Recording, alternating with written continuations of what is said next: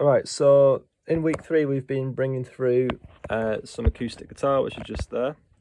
We've got a couple of microphones on that acoustic guitar. One's facing the body of the acoustic, one's facing the neck. First thing I want to do, we've used some condenser microphones there, so some AKG 451s.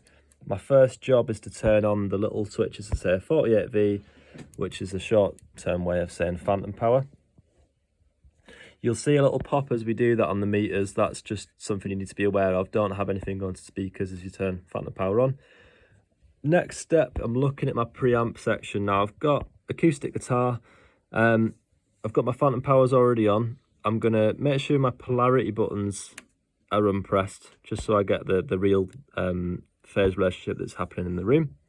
I'm going to bring up each of these red rotaries on my preamp dials. Go check for some signal on my meters. For an input, I'm aiming for that 0 VU little rectangle banner just there. I'm going to try and do the same thing on channel 2. So getting it to a similar level.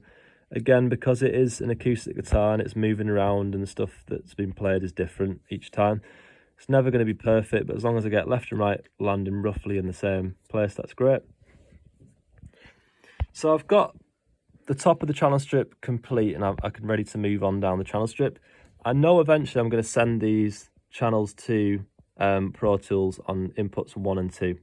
So I'm going to press the routing button that says 1 on channel 1 and the routing button that says 2 on channel 2. I've now got a connection between my channel strip and my Pro Tools session or my UAD interface. I'm coming down to the short faders. I'm just going to bring them to unity gain to begin with. And I'm starting to hear some signal. The reason for that is I'm routing these directly to the mix bus currently. So they're not going to the computer, they're simply going from the short faders over to my mix bus on the right hand side.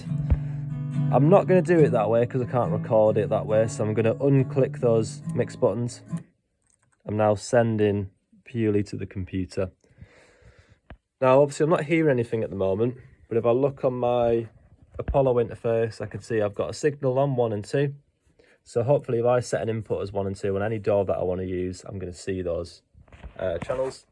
So going over to Pro Tools, I'm going to set my input as 1 and 2. Set my output as 15 and 16 like last week.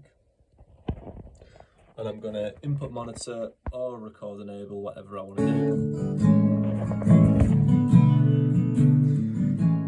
And I've now got my signal returning on channels 15 and 16, and I can alter the volume just like we did last week.